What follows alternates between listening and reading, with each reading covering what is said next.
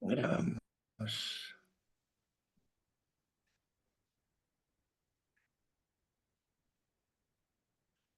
Gracias. A nombre del capitán José Carlos Sánchez Guzmán, coordinador del programa de los Sábados del Capitán, les doy la más cordial de las bienvenidas. Por motivos laborales, se encuentra en trayecto a Guadalajara. Estará buscando una zona de confort para poder saludarlos personalmente. Pero bueno, para mí es un gusto tener el honor de representar al capitán y darle la más cordial de las bienvenidas a su programa, Los Sábados del Capitán. Le pediré por favor a Lucero si nos hace el favor de leer las medidas de seguridad para todos los que nos ven y nos escuchan. Claro que sí, buenos días a todos y a todas. Como siempre, agradecemos su puntual asistencia. Para llevar a cabo una sesión segura, les pediremos, por favor, verifiquen que su nombre y apellido estén bien escritos para facilitar su ingreso a la sesión. Para evitar interrupciones, sus micrófonos estarán desactivados durante la presentación. Se activarán cuando el moderador lo indique o al final de la sesión. Por favor, no intenten activar los micrófonos por su cuenta. Les enviaremos solicitud de activación en caso de ser necesario. Si necesita moverse o hacer algo en privado, desactive su cámara. Si algo llega a comprometer su privacidad o distraer la sesión, nosotros podríamos apagarla. Agradeceremos que sus preguntas las vayan generando en el chat o utilizar la función levantar la mano ubicado en la sección de reacciones para preguntas o comentarios. Recuerden que queremos escucharlos. Finalmente, les informamos que esta sesión está siendo grabada y estará disponible en el canal de YouTube de AMES. Gracias por su atención y apoyarnos a mantener un espacio seguro y ordenado. Esperemos que disfruten la sesión. Es cuanto, licenciada. Muchas gracias, Lucero. Y sí, se oye muy bien tu voz, ¿eh? No te me preocupes. Es que la primera vez que leía las medidas de seguridad y le dije, no te preocupes, todo va a salir bien. Ya tienes mucho tiempo en este tema y bien dominado. Es que mi voz no es la más bonita que... No, muy bien, muy bien. Muchas gracias, Lucero. Por favor, vayamos con la proyección del video de los Sábados del Capitán, si eres tan amable.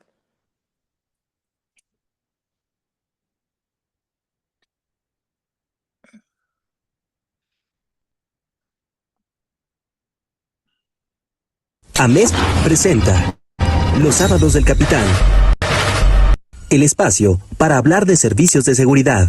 Cada sábado nos adentramos en los temas más actuales en materia de seguridad, desde ciberseguridad hasta prevención de riesgos. ¿Quieres estar al tanto de las últimas novedades? No te pierdas nuestras ponencias y análisis profundos. Únete a nosotros y sé parte de la comunidad más informada y segura. Bienvenidos a Los Sábados del Capitán. Y ahora sí eres tan amable de poner el video de AMES, por favor.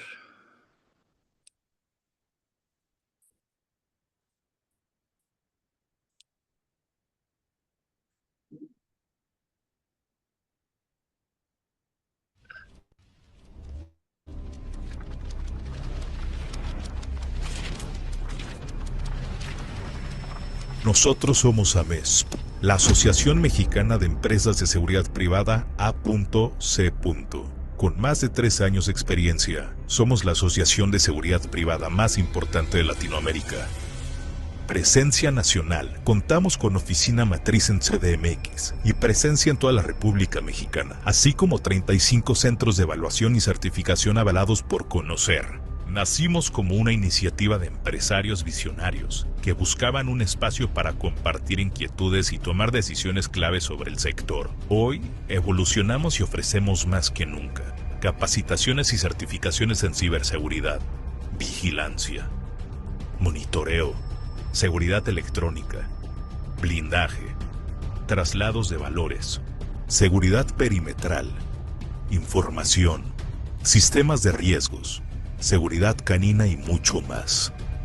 Respaldamos a más de 400,000 profesionales que día con día protegen instalaciones estratégicas, comercios, industrias y corporativos en todo el país. Nuestros asociados cuentan con permisos federales y estatales, pasando por rigurosos filtros que garantizan empresas sólidas y profesionales. Estamos acreditados por la STPS como agentes capacitadores externos y como entidad de certificación y evaluación por la red Conocer de la SEP. ¿Qué gana tu empresa al unirse a MESP? Desarrollo y certificación en los más altos estándares de seguridad. Presencia, cobertura y representación en la industria. Sinergia con los líderes del sector. La regulación es clave. En AMESP te mantendremos al tanto de la incidencia regulatoria y te ayudaremos a profesionalizar tu fuerza laboral. Hoy más que nunca, el cumplimiento de proveedores especializados es un diferenciador clave. Con AMESP encuentras empresas que elevan el estándar de la seguridad privada en México. Encuentra el proveedor ideal para tu empresa en www.amesp.com. AMESP, liderando el cambio. Todo México es AMESP. Muchas gracias, Lucero. Y a continuación le cedo el uso de la palabra a nuestro presidente, el licenciado Daniel Arturo Espinosa Dávila. Bienvenidos y adelante, presidente. Hola, gracias, Vero. Muy buenos días a todos. Gracias nuevamente por estar aquí con nosotros, por dedicarnos este tiempo muy importante para todos, donde aprendemos todos los días cosas nuevas. Hoy un tema muy interesante que tiene que ver con seguridad laboral y creo que pues a todos nos tiene todavía locos este tema entre las 24 horas, el seguro social y demás todavía nos trae ahí muy movidos. Entonces, pues un tema muy interesante. Muchas gracias a la doctora Carla que está aquí con nosotros y que también nos regala su tiempo. Muchas gracias. Bueno, pues como verán, estamos en remodelación, ¿no? Estrenando video.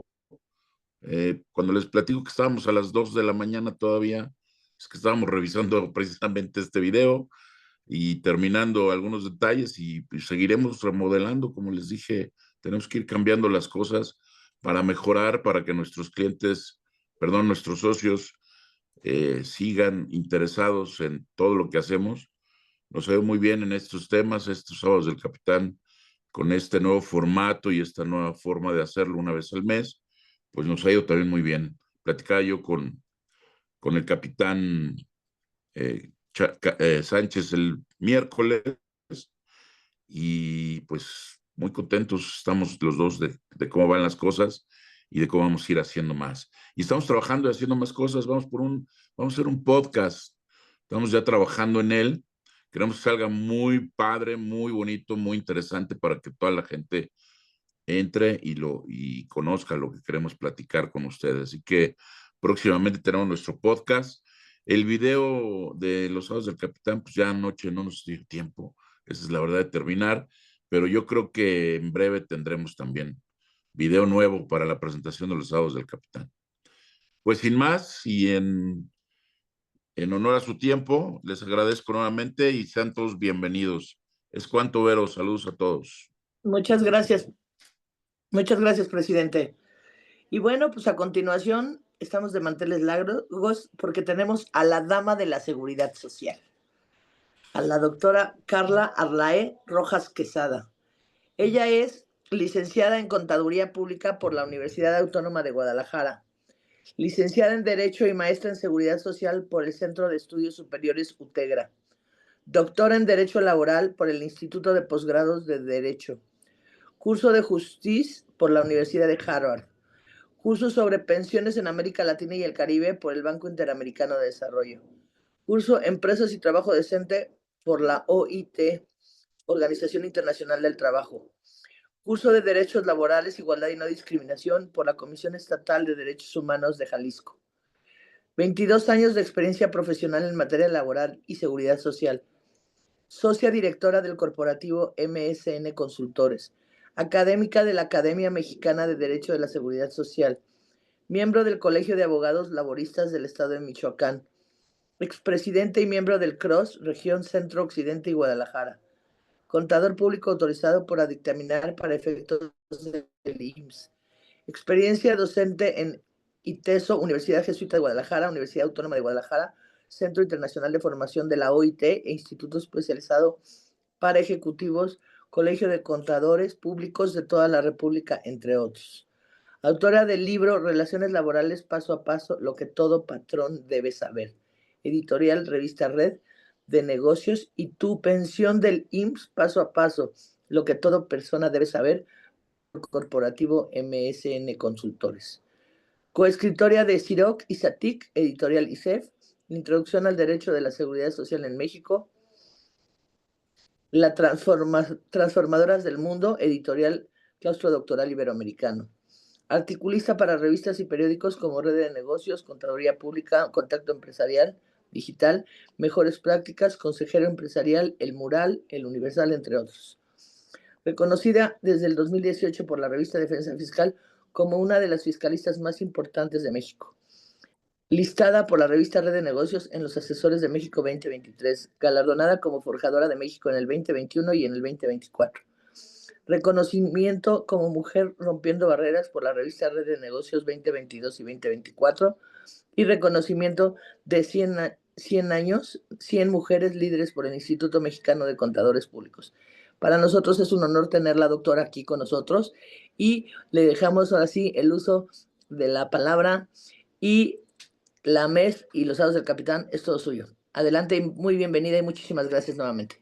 Al contrario, Vero, muchísimas gracias por la presentación, gracias al capitán por la invitación, a MES por estar aquí, el presidente, muchas gracias por el espacio para platicar de estos temas tan importantes que toda empresa debería de saber qué es lo que está pasando para estar preparados. Y quiero empezar con una frase de John F. Kennedy que dice, el cambio es la ley de la vida. Y eso nos lo ha demostrado, ¿no? Las últimas reformas que han estado ocurriendo y las que quedan pendientes de que ocurran. Y justamente yo en estas horas, en este tiempo, lo que quiero es transmitirles cuáles son los cambios más radicales que están pasando y que les van a afectar obviamente de manera directa, pero también cuáles quedan pendientes de cambio para que se preparen y que podamos hacer algunas recomendaciones para que estén listos, ¿no?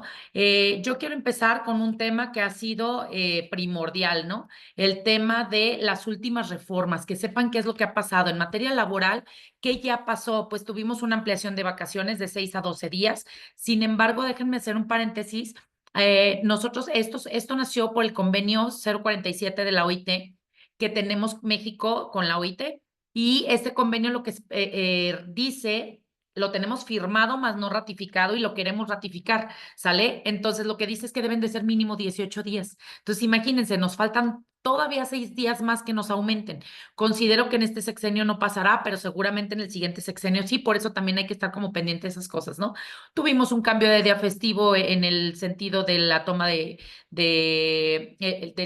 Ejecutivo, la regulación de la norma de teletrabajo para aquellas empresas que están implementando temas de teletrabajo para sus administrativos y las personas que puedan entrar en esta situación. Lo que más nos ha pegado, y voy a abocarme un poquito el día de hoy, es el tema de los incrementos al salario mínimo para que sepan cuáles son las proyecciones en este sexenio, en cómo terminaríamos con un tema salario mínimo. Igualdad sustantiva, hablando de la equidad entre hombres y mujeres para que no haya brechas salariales, la ley silla para, sobre todo en su caso, las personas que están en seguridad privada, que están de guardias, que están parados todo el tiempo, pues la obligatoriedad de esta ley silla.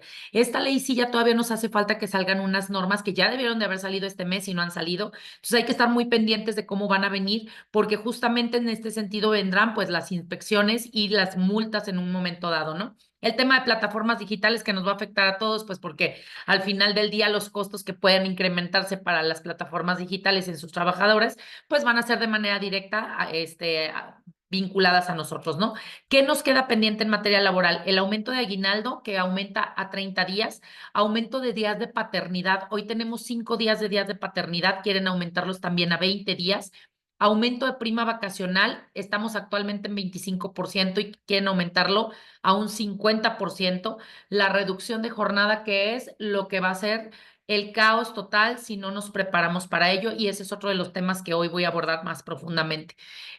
Quieren aumentar un par de días festivos más y el aumento de prima de antigüedad en el caso de despidos justificados, injustificados o cuando las personas se desvinculen de la empresa de manera voluntaria. Pues hoy tenemos 12 días por año y quieren que sean 15 días por año, pero quieren reducir. Hoy en día estaba con 15 años de antigüedad y quieren bajar a desde 13 años de antigüedad tener este derecho, ¿no? Entonces, eso es lo que viene en camino en materia laboral, pero también en materia de seguridad social traemos otros aspectos. Primero, lo que ya pasó. ¿Qué ya pasó? El aumento a las cuotas obrero-patronales, que lo que ha pasado es que nos está incrementando el seguro social año con año, pero ahorita vamos a ver cómo va a quedar en los siguientes años. la disminución de semanas cotizadas para pedir una pensión en ley 97 que se disminuyó a 1,000 semanas en lugar de 1,250.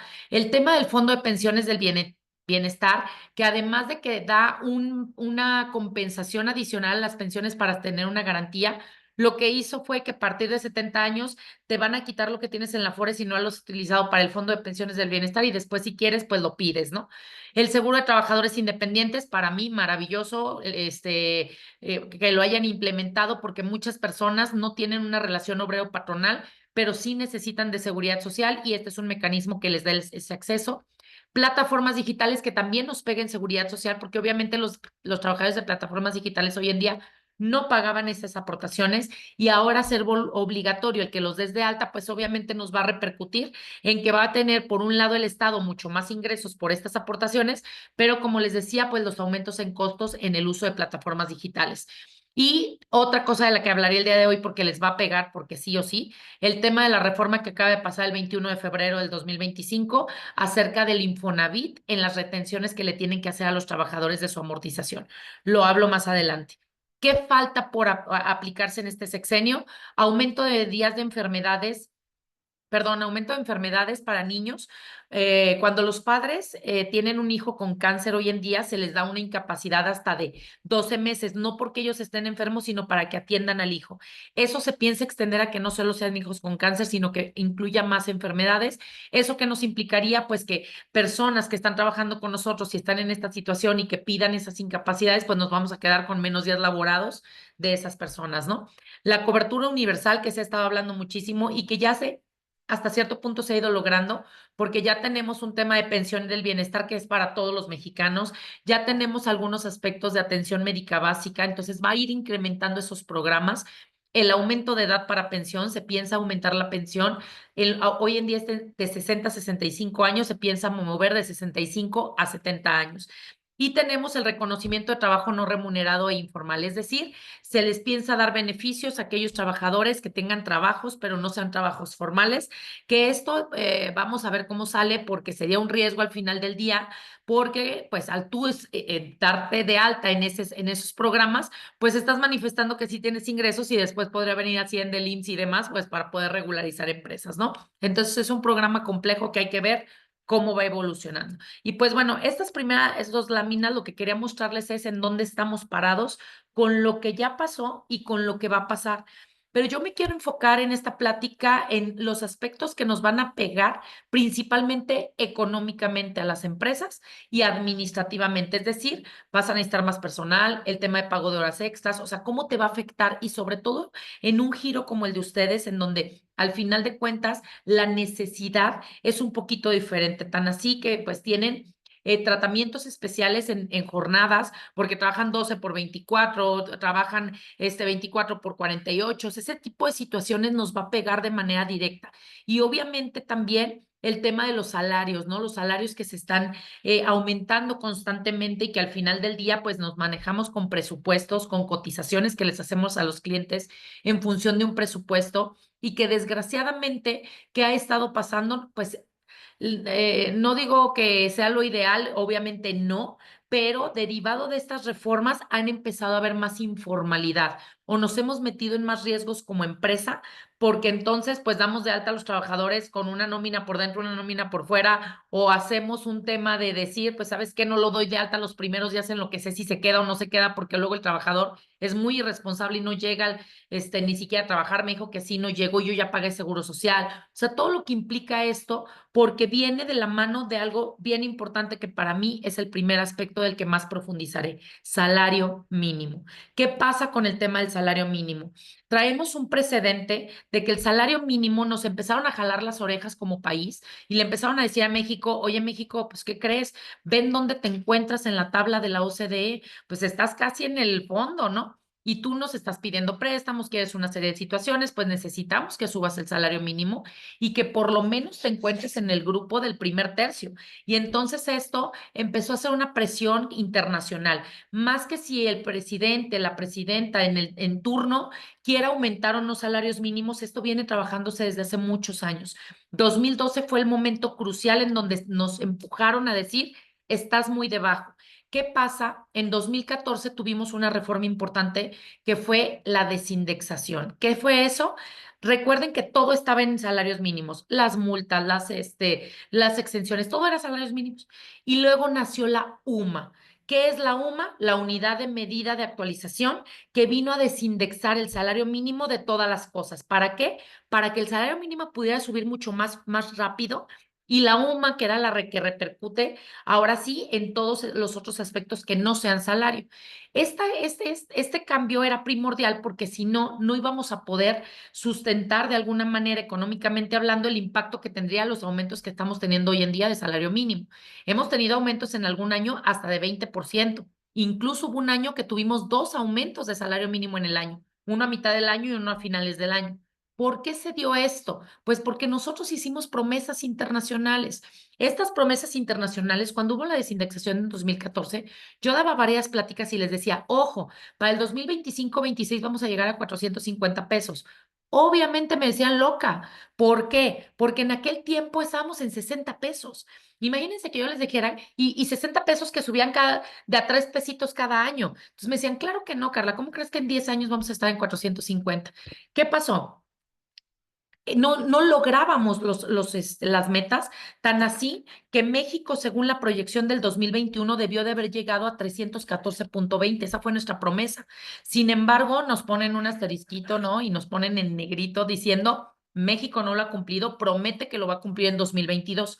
Y no lo cumplimos en 2022, lo cumplimos hasta 2023 con una zona fronteriza. Ustedes recuerdan también, hace muchísimos años teníamos zona A, B y C, 3 tipos de salarios mínimos. Se eliminaron y quedó uno solo. ¿Por qué volvió a nacer el salario fronterizo? El salario fronterizo vino a ayudar a que entonces subiera más el monto y con él pudiéramos alcanzar las promesas que estamos haciendo, porque justamente este monto lo cumplimos con la zona fronteriza, pero hasta el 2023. Hoy en día nos encontramos en el puesto número 70 y fíjense cómo no hay tanta variación entre el 2021 y 2024, 25. ¿Por qué no hay variación? Porque obviamente traemos un rezago muy importante de muchos años, la brecha era muy alta para poder avanzar y obviamente estos países también siguen avanzando, año con año suben sus salarios. Entonces, por eso es que no ha sido tan factible o tan fácil que México los alcance. Esos países han subido conforme a la inflación, o sea, el 4, 5, lo que tenga su país. Sin embargo, nosotros hemos tenido que hacer un 20 para lograr alcanzar toda esa brecha, ¿no? ¿Qué pasa? Tenemos 3 tipos de salarios mínimos que hay que cuidar muchísimo. El mínimo general, el mínimo fronterizo, pero el mínimo profesional. Tenemos personas en las empresas que tienen salarios mínimos profesionales y no los están respetando y no los están vigilando. Y al no vigilarlos, eso puede ser, cuando tú pagas por debajo del salario mínimo, es bien importante que sepas que es un delito. ¿Qué quiero decir con esto? No solo es una multa económica, esto es un tema que puede trascender a situaciones más graves. Ahora bien, ¿qué pasó con con la presidenta? Si recuerdan ustedes en su toma de protesta, dio un primer speech y en él se enfocó en 2 cosas, semanas reducidas, que también hablaré hoy más adelante, y salario mínimo. ¿Y qué fue lo que dijo? Vamos a alcanzar 2.5 canastas básicas. Ok, esas 2.5 canastas básicas en su sexenio. Y dijo que iba a ser un aumento más o menos del 12%, cuando veníamos con aumentos del 18, del 20, del 15. Ella dice del 12% más o menos. En su momento, yo hace un par de años les dije, así como en 2014 dije que íbamos a llegar ahorita a 450, les digo que para el 2030 tenemos que llegar a 850. Cuidado. Entonces, a ver, ¿pero qué pasa? Si nosotros hacemos una proyección de lo que está ocurriendo con los salarios, en 2024 la presidenta entró con 248.93 en la zona general y 374 en la zona fronteriza. ¿Cómo terminaría el sexenio proyectándolo a un 12, 12, 12, 12, 12 de aumento? Terminaríamos el sexenio con 491.34 y con 739.96. No alcanzamos los 850. ¿Qué quiere decir? Que en los siguientes años seguramente algún aumento no será del 12, será un poco mayor. Oye, Carla, pero 2.5 canastas básicas no está en esas cantidades. No, pero acuérdense que la canasta básica también aumenta año con año y también la canasta básica va a andar más o menos en 750 pesos, ya en los 2.5 canastas básicas, ¿no? Ahora, ¿qué pasó? Empezamos un 2025 con 278.80 y 419. Si esos 419 los aumentamos con el 12%, vamos a llegar a los 450 que yo les dije hace 10 años, en la zona fronteriza. ¿Por qué es importante conocer todo esto? Una, para que se preparen, porque desgraciadamente las empresas cuando hacen sus presupuestos o sus programaciones para sacar los costos y en cuánto van a vender una cotización de un servicio y en cuánto van a hacer todo, tenemos que hacerlo a largo, o sea, a una proyección a mediano plazo. Si ustedes aún no lo hacen, ojo, eso es lo que los puede llevar a quedarse fuera de mercado. Es lo que los puede llevar a que la competencia sea un problema. Y yo sé que de repente en ciertos gremios, pues más o menos andamos en los mismos salarios. Sin embargo, cuando nosotros vemos que nosotros podemos ofrecer un tipo de honorario de servicio, pero el cliente lo va a aceptar, ahí es en donde está el tema. El tema es que necesitamos empezar a planchar las cosas para ir haciendo estos aumentos que también el cliente los pueda visualizar. Y tal vez estos aumentos, para que no sean tan dramáticos como el 12, el 15, el 20, porque tienen un impacto mayor, tendríamos que ir haciéndolos un poco más paulatinos y más periódicos, no tan anuales, bianuales, o hay quien hace contratos hasta por 5 años. Imagínense si ustedes hoy hacen un contrato por 5 años con el costo de hoy más inflación, que eso es lo que hacen muchos. ¿Por qué? Por amarrarme con un contrato. Carla, es que yo ya conseguí un contrato de 5 años millonario y padrísimo. Sí, pero esos 5 años, tú los empezaste planeando con una cantidad que va a ser totalmente diferente a lo que te van a obligar las leyes en el futuro. ¿Qué va a pasar? Como ya no le vas a poder aumentar al cliente porque pactaste 5 años o 3 o 2 o los que hayas pactado y no previste esto, ahí es cuando las empresas empiezan a tener problemas de flujo, problemas financieros e incluso problemas legales porque lo que optan por hacer es, pues entonces no me los des de alta, entonces ya no les paguemos esto, entonces empezamos a salirnos de los marcos de ley. Entonces, es importante que si ustedes están haciendo estos proyectos, estas ventas de contratos, tienen que considerar estos ajustes, sobre todo porque mayormente su fuerza de trabajo es lo que es la mayor cantidad de la cotización, porque no vendemos productos. Vendemos servicios y cuando vendemos servicios es personal y si es personal, lo que te va a pegar es los salarios. Entonces, es importante que veamos estas situaciones, ¿no? ¿Qué pasa?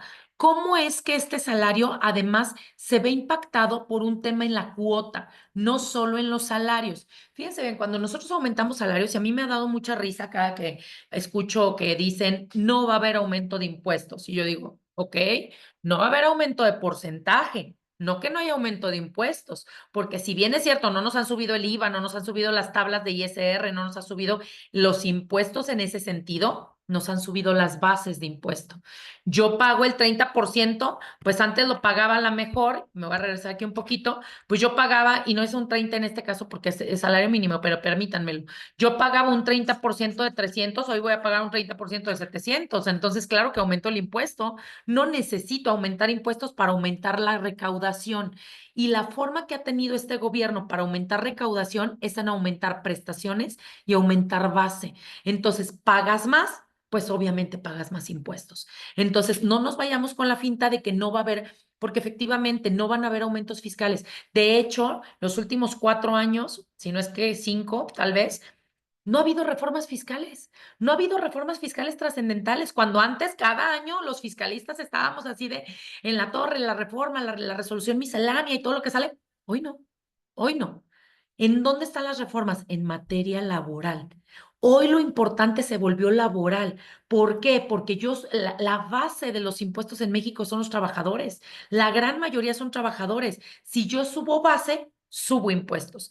Entonces, ¿qué pasó? También tuvimos una reforma en el 2021 a las cuotas obrero-patronales y estas cuotas, básicamente, ¿qué fue lo que ocurrió? Nos van a ir aumentando año con año de manera progresiva, ¿sale? Entonces, voy a hacer aquí, ¿Qué pasó? Entró en vigor en 2023, a partir de ahí empezó a cambiar la tabla. 2021, aunque nació, entró en vigor hasta 2023. Nos fuimos con la finta de que nosotros íbamos a pagar hasta el 2030, íbamos a llegar a esta cantidad. Ahorita vamos en 2025. ¿Qué pensamos? Cuando vemos una tabla así decimos, bueno, yo pago salarios mínimos, Carla, no hay bronca, yo voy a seguir pagando el mismo 3.150. No, fue una maquiavelada y estuvo muy complejo y la gente no se ha dado cuenta y lo único que ve es, ¿por qué pago más? ¿Por qué pago más? Aquí está la respuesta.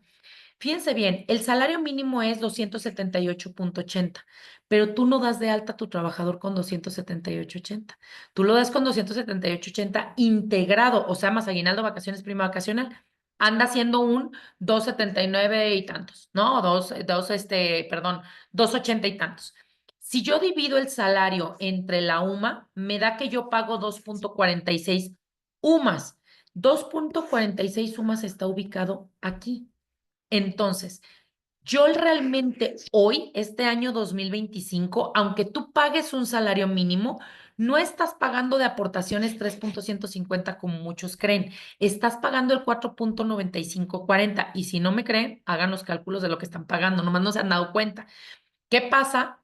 Que esto, cuando vaya siendo progresivo, como año con año va a ir aumentando el salario mínimo y la UMA solo aumenta un 4 a 5%, va a ir siendo menor, cada vez me voy a distanciar más de esto. La proyección para terminar el sexenio es que el salario mínimo va a pagar 9.5730 en esa aportación. Del 30 y tantos por ciento que pagamos de seguro social, ya no vas a pagar el 30 por ejemplo, y si andabas pagando el 35%, pues ya no va a ser el 35 que tú estabas pensando aquí. Ya subió de aquí a aquí, ya subieron 6 puntos porcentuales en automático y ni cuenta nos dimos. No se diga quién gane más de eso. Entonces, ¿qué quiere decir? Que por ahí del 2031-32, todos vamos a pagar el 11% y ni nadie chistó ni nadie dijo nada porque se quedaron con la idea de este tabulador, pero no entendieron cómo iba a funcionar el tabulador. Entonces, fíjense cómo aumento de base. Cuando aumentas base, aumentas pago de seguro social, pero además aumentó la contribución de seguridad social, pues por supuesto, por eso te está costando más. Y se los comento porque muchas empresas es lo que me manifiestan. Carla, es que yo pago más impuestos y cada vez son más impuestos y no entiendo si no hay tanto aumento, o es más, yo no aumenté el salario de mis trabajadores. No lo aumenté, pero sí hay más aumento, sí, porque hay una tabla que te va haciendo que vayas aumentando.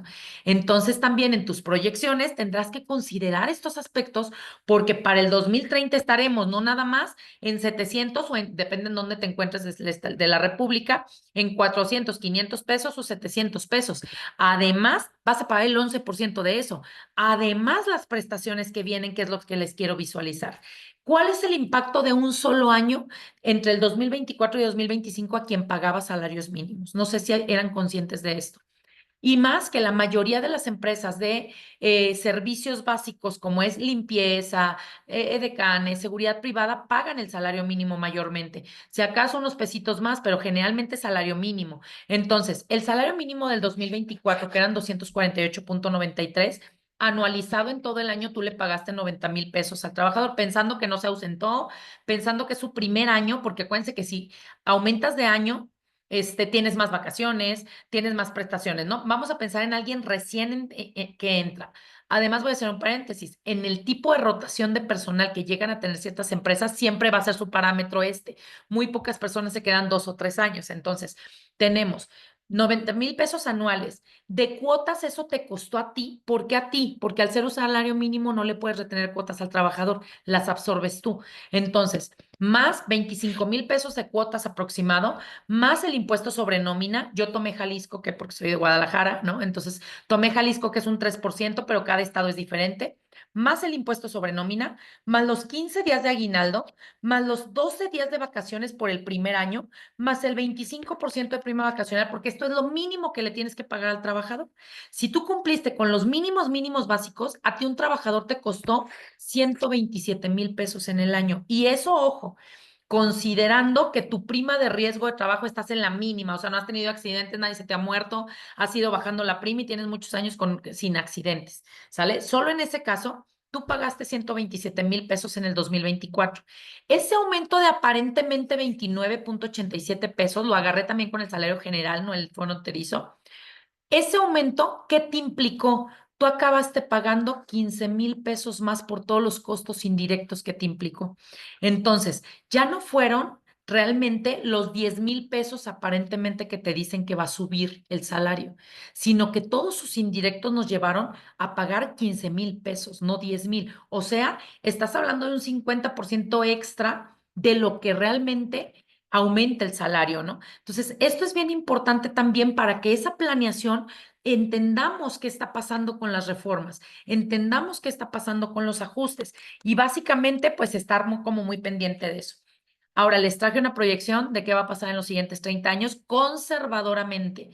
¿Por qué digo conservadoramente? Porque tomé el 12% que la presidenta dijo que va a haber promedio, que yo creo que en algunos años va a ser más, pero dejémoslo en el 12%, y el aumento de la UMA proyectada a un 4.5% de inflación promedio, porque a veces anda en 3, a veces anda en 7, y el promedio saqué un 4.5, ¿sale? Y todo esto hablando de un trabajador que el primer año es salario mínimo, ¿sale? Entonces, imagínense, tú ahorita, bueno, 2024, empezaste con 248 pagando 126,000 pesos y vas a terminar pagando 255,000 pesos al final del sexenio por una persona al año, pensando que no se ausentó. Y ahora, ojo, tienes horas extras, tienes festivos laborados, tienes otras prestaciones, das prestaciones extras de ley, ese costo se te va a ir a las nubes.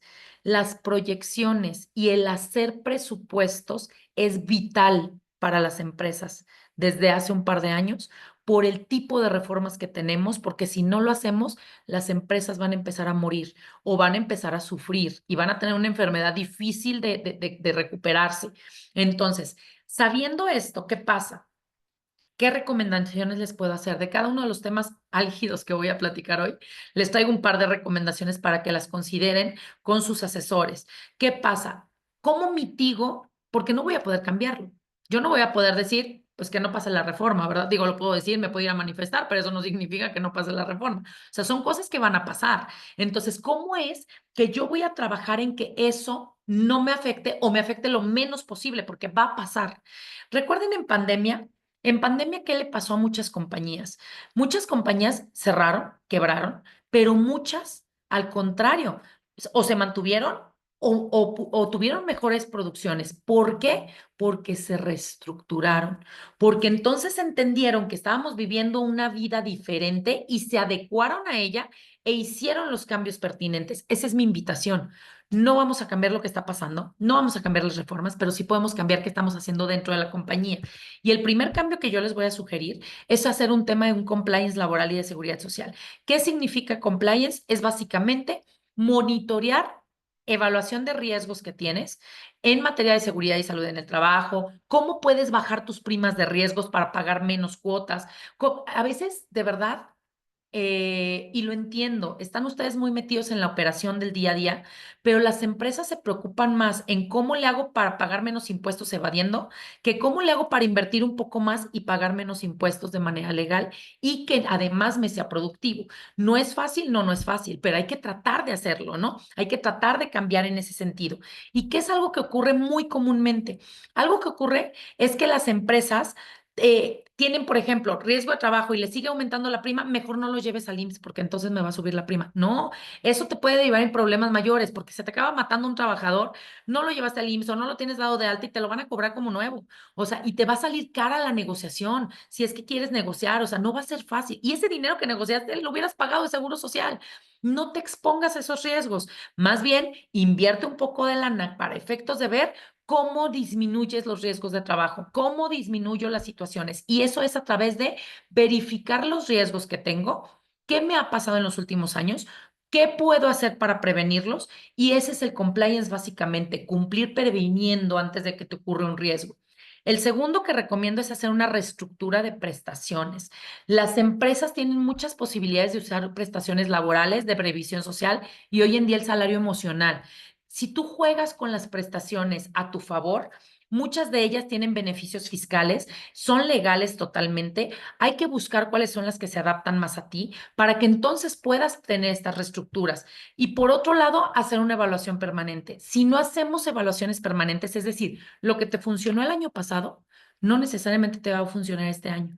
Y lo que te funcionó hoy, no necesariamente te va a funcionar en 10 años, porque no es la misma empresa. Me dicen, claro que sí, Carla, yo hago lo mismo. No, tus trabajadores rotan, las características de tus clientes son diferentes, las necesidades son distintas. Eso es mantenerte constantemente en evolución a cómo está cambiando el mercado y a cómo están cambiando las necesidades de los trabajadores, de tus clientes, por lo tanto, de tu empresa. Entonces, eso es lo que tendremos que estar visualizando, cómo es que tenemos que hacerlo para que pueda funcionar, ¿no?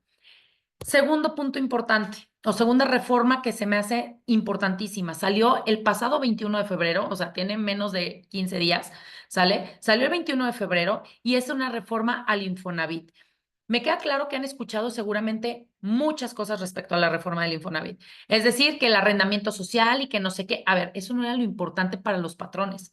Eso, que de todo lo que se habló en la reforma, son 12 páginas la reforma, de las cuales se reforma la ley del Infonavit y se reforma la ley federal del trabajo. De esas 12 páginas, a ti te interesa prácticamente que te va a pegar de manera directa 3 renglones de ellas que están por ahí de la página 5. Solamente eso, que es básicamente la retención de amortización que el patrón le debe de hacer al trabajador. ¿Por qué nos debe de preocupar? Antes de la reforma, ¿qué pasaba? Si tu trabajador traía un crédito Infonavit o pedía un crédito Infonavit para su casa, ese trabajador lo que hacía era, te daba un aviso para que tú le retengas y tú tienes que pagar ese crédito, ¿sale? Entonces, el pagar ese crédito es tu obligación y ahorita vamos a ver que incluso es responsable solidario y te pueden cobrar multas y una serie de situaciones. Esa casa que el trabajador pidió, cuando el trabajador se ausentaba, y tienes derecho hasta 7 ausentismos en el SUA para que no pagues aportaciones de seguridad social en esos 7 días, si él se ausentaba o él se incapacitaba por riesgo de trabajo, enfermedad, maternidad, por cualquier incapacidad, él se incapacitaba, entonces tu patrón no tenías la obligación de retenerle, por lo tanto no eras responsable solidario, por lo tanto no tenías que pagar esos días, ¿sale? ¿Qué fue la reforma? La reforma dice que hoy sí eres responsable y sí le tienes que hacer descuentos. Aún, dice, no se suspenderá tu obligación de descontar, aun cuando haya ausencias o incapacidades. A ver. Déjenme decirles, yo lo leí, yo creo que 10 veces. Veo el diario oficial de la Federación, eran las 6 de la mañana, me levanto, siempre reviso qué es lo que está pasando y qué se publica. Veo el diario oficial de la Federación, llego a este punto, lo leo y dije, algo no entendí. Lo vuelvo a leer y dije, no, me falta una coma, me falta un punto, no estoy entendiendo. No, pues sí, la reforma es, tu patrón tienes que pagar la casa de tus trabajadores. A ver, ojo, han salido muchas otras cosas que ahorita abordaré. A ver, pero ¿por qué yo voy a pagar si es la casa de él? Porque el problema es que no se modificaron los reglamentos.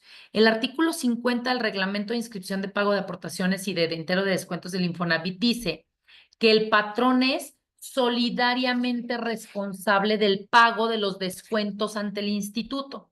Y esa responsabilidad solidaria inicia en 2 momentos. Desde que inicia tu relación de trabajo con él, que ya trae un crédito, o cuando él, aunque tenga muchos años contigo, hoy pide un crédito.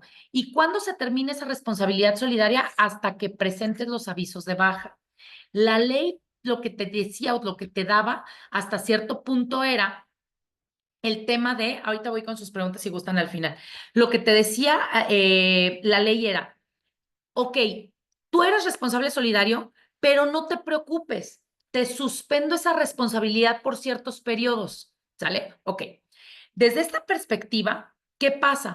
Luego el artículo 52 nos dice, oye, pero además de la responsabilidad solidaria, si omites pagar los descuentos, o sea, perdón, si omites retener, o sea, no le retuviste al trabajador, de todas maneras los debes de pagar tú, porque tú no los retuviste, pero tú los tienes que pagar. Oye, pero a ver, espérame tantito. Si el trabajador está ausente o incapacitado, tienes 0 pesos en la nómina. ¿De dónde le retengo? No tengo por qué retenerle. Una cosa es lo que dice la ley, otra cosa es lo que dice el reglamento, y ahorita les voy a decir que salió el día de antier un criterio del Infonavit que creo que vino a darnos más en la torre que ayudarnos, ¿sale? Y ahorita les explico por qué. Lo que dice es, como dice que no puedo detener el descuento, ¿qué es lo que tendría que pasar en estricto sentido? Yo debería de retenerle al trabajador, por ejemplo, un trabajador que gana 10,000 pesos y su crédito es de 4,000 y entonces se incapacitó 5 meses por riesgo de trabajo.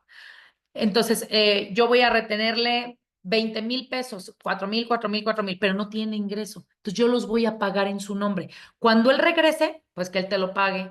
Entonces, ahora tiene una deuda contigo. Pero las deudas contigo no se cobran a lo chino. Las deudas contigo tienen una fundamentación en la Ley Federal del Trabajo, en el artículo 110, fracción primera, que dice que no le puedes retener más de un mes de salario. O sea, a ver, su mes de salario en 10,000 y yo pagué 20,000, o sea, máximo me puede pagar un mes, en estricto sentido, sí.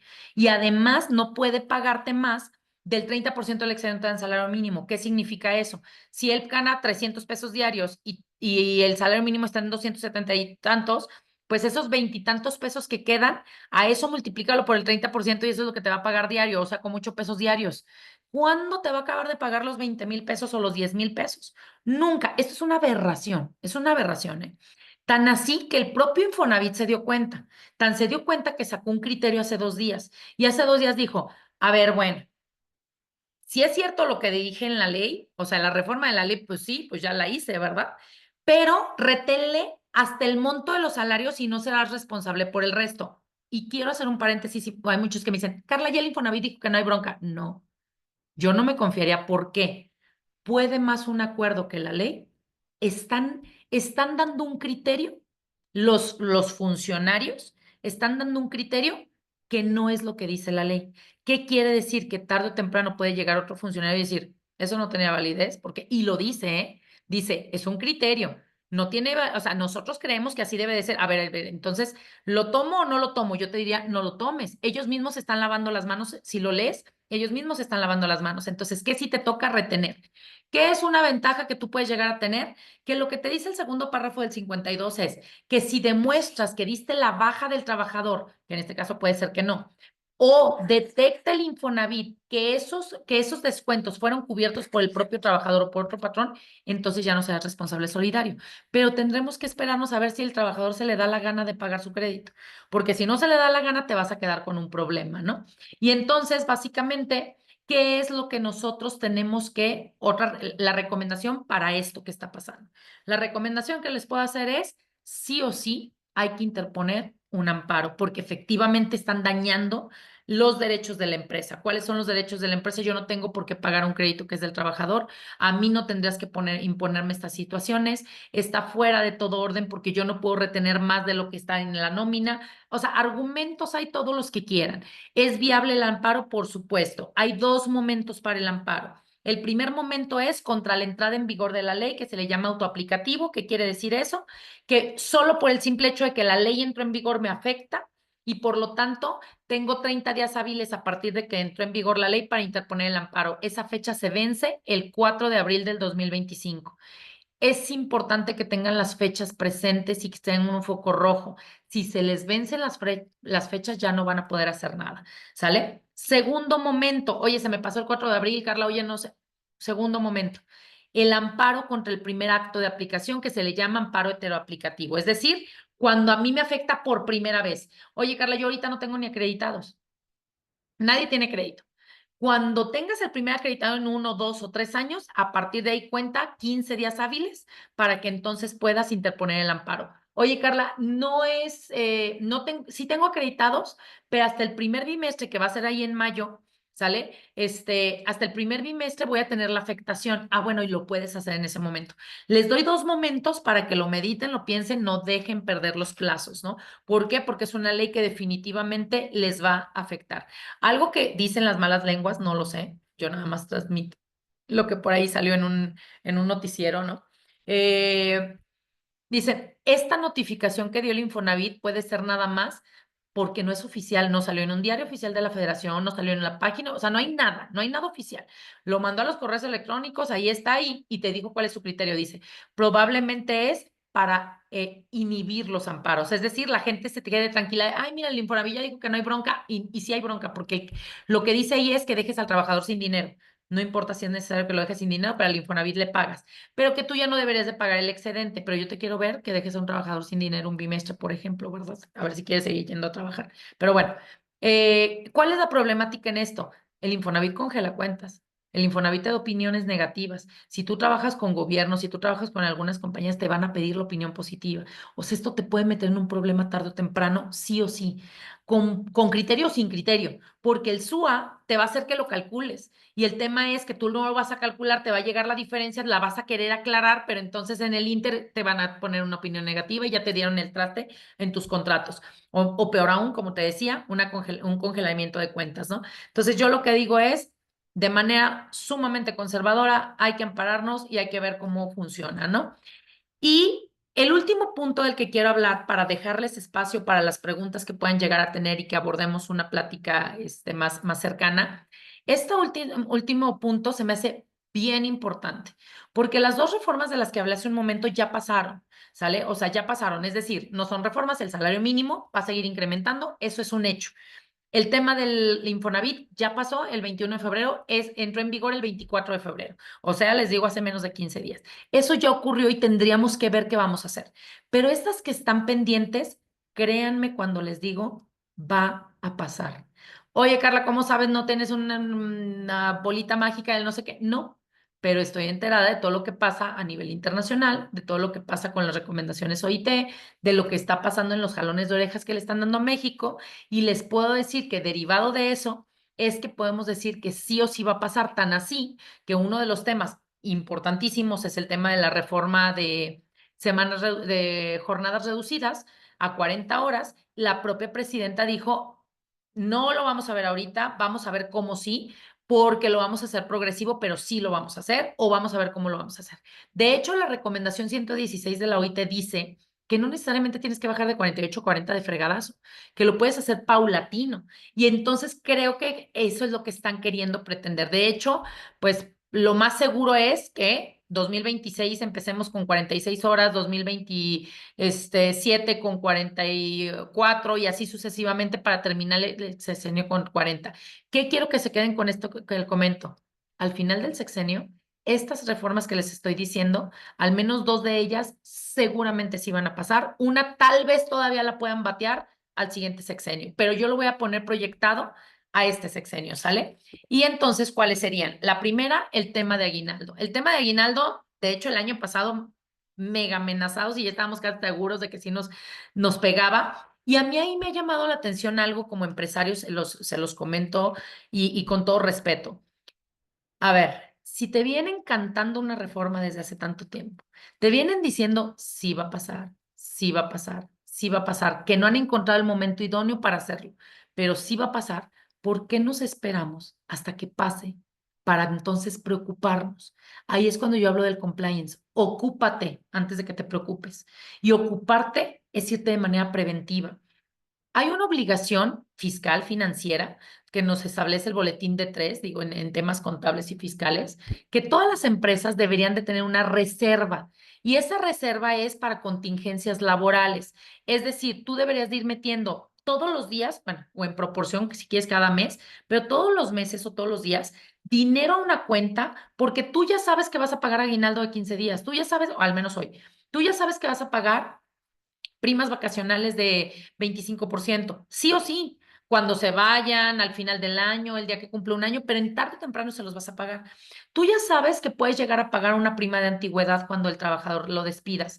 Tú ya sabes, o sea, hay muchas cosas que ya sabes y otras que tendrás que prevenir y tendrás que ir reservando un dinero. Yo mucho les dije en pandemia cuando hablaba del tema, si la gente hubiera tenido la reserva que nos obliga la ley, no les hubiera pegado tanto la pandemia. Y a mí me queda claro que más de uno que me está escuchando me está diciendo, sí, Carla, pero no tienen ni idea de lo que estás hablando, si es una locura tener una empresa. Tengo una empresa, tengo 25 personas a mi cargo, en donde el despacho está también a nivel nacional. Y les puedo decir que también les puedo hablar como empresaria, lo sé, lo vivo también como ustedes, pero el prevenir es lo que me ha ayudado a que no me impacten de esta manera y por eso les estoy trasladando no solo desde un aspecto de contador, abogado, fiscal, etcétera, sino se los estoy hablando también como empresaria de si lo hiciéramos, realmente tendríamos resultados distintos. ¿Cuál es la reforma que viene en tema de aguinaldo? El aumento a 30 días de aguinaldo, pero adicional a esto, traemos un punto. Acuérdense que el aguinaldo me aumenta factor de integración para pago de cuotas del IMSS. ¿Se fijan por qué? Y yo no tomé, en el ejercicio que les hice hace rato, yo no tomé estos aumentos, ¿sale? Solo tomé lo que ya teníamos y nada más la proyección en salario mínimo. Imagínense que tú le sumas todo esto, en donde, oye, si ya vimos que aumentó la cuota patronal, ya vimos que está aumentando el salario y además va a aumentar el aguinaldo y además va a aumentar la prima vacacional, se va a volver una locura y ahorita les voy a decir cómo les va a impactar, también les traigo una proyección. Entonces, no nada más me aumenta que sean 30 días. Esos 30 días se convierten en 30 días más la parte proporcional de las cuotas de esos 30 días, más el tema de ISR en estricto sentido debería de ser del trabajador, pero yo sé que muchas empresas lo absorben ellas, entonces pues también te va a costar ese ISR adicional, ¿no? Por otro lado, tenemos el tema de prima vacacional. Esa prima vacacional tenemos que en lugar del 25 se iría al 50% de prima vacacional. Y déjenme hacerles un paréntesis porque prima vacacional me la vienen pagando mal. ¿Por qué la vienen pagando mal? No digo todos, mayormente. Porque la pagan, por ejemplo, si un trabajador se te va en la quincena, tú pagas quincenal, imagínalo, ¿no? Del 1 al 15. ¿Cuándo pagas la quincena? El 15. Y el trabajador se fue de vacaciones el día 2. Entonces, si se va el día 2 y regresa el día 4, tú le pagaste hasta el 15. Algo que te dice esta reforma es, págaselo cuando inicie el periodo de vacaciones, o sea, el día 2. Oye, Carla, pero pues el periodo de nómina es o 15 o 30. Tendrías que empezar a hacer periodos extraordinarios de pago. ¿Qué recomiendo aquí? Vayan haciendo una política en cómo voy a dar vacaciones, cómo puedes pedirlas, cuándo las voy a autorizar y cómo las voy a autorizar. Eso es válido para las compañías, hay que irlo haciendo. Ahora, ¿a qué me refería con que vienen pagando mal? Pues que resulta que tú, en muchas empresas, lo que hacen es, oye, pues yo, para no meterme en broncas de cálculos y de cuándo se van de vacaciones y cuándo no, el día que cumplen años les doy su prima vacacional. Oye, pero todavía no se van de vacaciones, no importa, yo ya pagué la prima vacacional, ¿ok?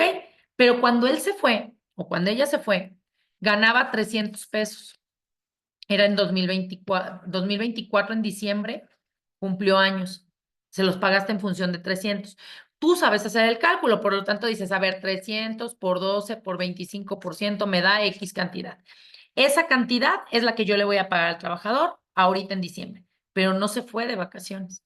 Cuando se va de vacaciones es en 2025 y entonces ya no gana 300, gana 350. ¿Qué pasó con el faltante? Porque lo que dice la ley es que tú le debes de pagar el porcentaje durante el periodo de vacaciones, o sea, no podías haberlo pagado ni antes ni después.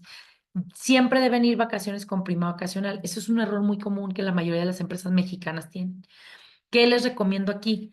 Reestructurarse, al menos en esto, en lo que entra el que sea el día que se van a ir, porque así les va a pegar menos, porque como ni siquiera están acostumbrados a esto, pues mucho menos a pagar anticipado, ¿no?